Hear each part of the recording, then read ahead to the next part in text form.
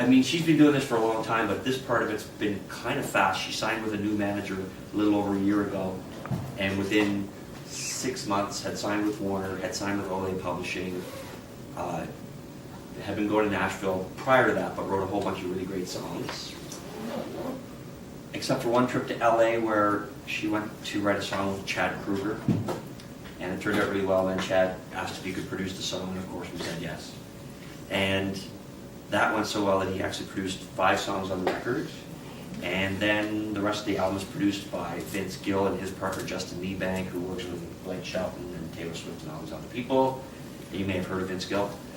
And also Carly McKillop from One More Girl produced some songs, so we're in really good hands. And she co-wrote all the songs, and I just think she's awesome. And this is Meghan Patrick. First, I want to apologize for any of you who are disappointed that I'm not the nut man. I hear that's a big thing around here, so I'll do my best to, to live up to the nut man. This song is one of the songs off the record. It's one of my favorites. It's a song that Justin and Vince produced, and Vince also sang on it and played guitar. So, as you can imagine, that was pretty fantastic.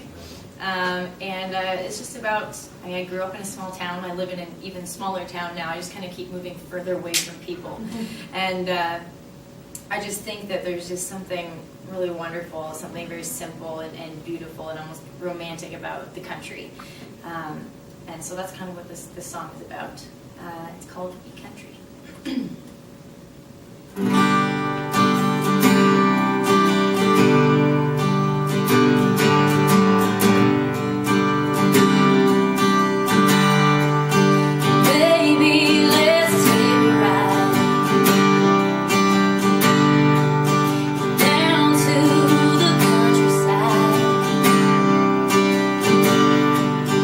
Three kids sing a lullaby, playing our song.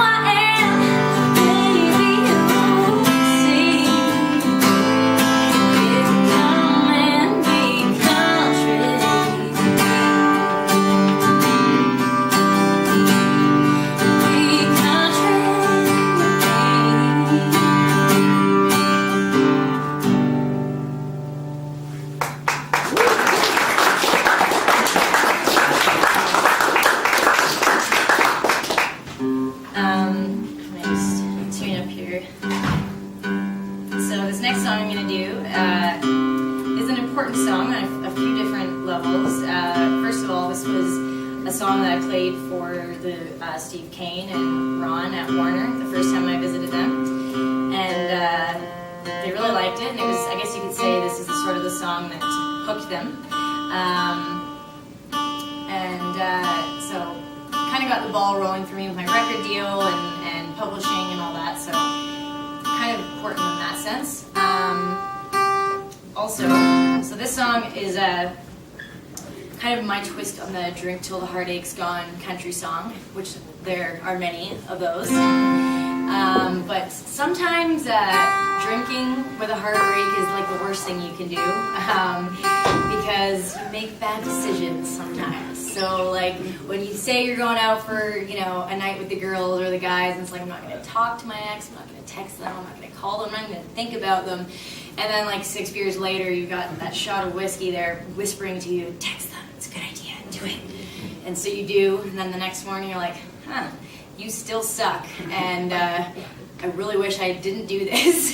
So it's just kind of about sometimes someone is so bad for you and your heart that you would sacrifice anything to just kind of move past it. And sometimes that means maybe not drinking so much for a little bit. So yeah, so this song is called I Won't Drink. Should be I Won't Drink in parentheses for now. It would be more accurate, because now I'm not heartbroken and I can go back to having a good time when I drink, so yeah.